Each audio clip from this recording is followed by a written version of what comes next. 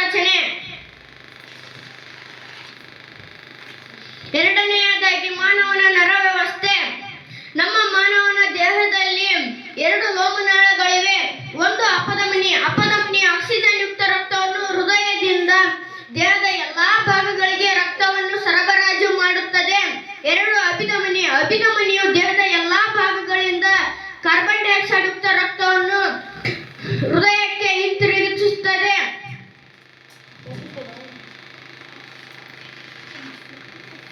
ಮೂರನೆಯದಾಗಿ ಮಾನವನ ಮಾಂಸಖಂಡಗಳು ಹೀಗಿರುತ್ತವೆ. ಮಾನವನ ಪಕ್ಕೆಲುಬುಗಳು, ಮಾನವನ ಶ್ವಾಸಕೋಶಗಳು, ಮಾನವನ ವಿಸರ್ಜನಾಂಗ ವ್ಯೂಹ, ಮಾನವನ ತಲೆಬುರುಡೆ. ತಲೆಬುರುಡೆ ಒಳಗೆ ಮೆದುಳು ಇರುತ್ತದೆ. ಮಾನವನ ಹೃದಯ.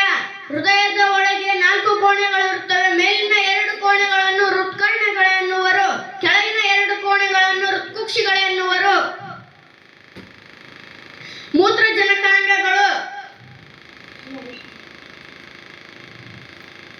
ಧನ್ಯವಾದಗಳು.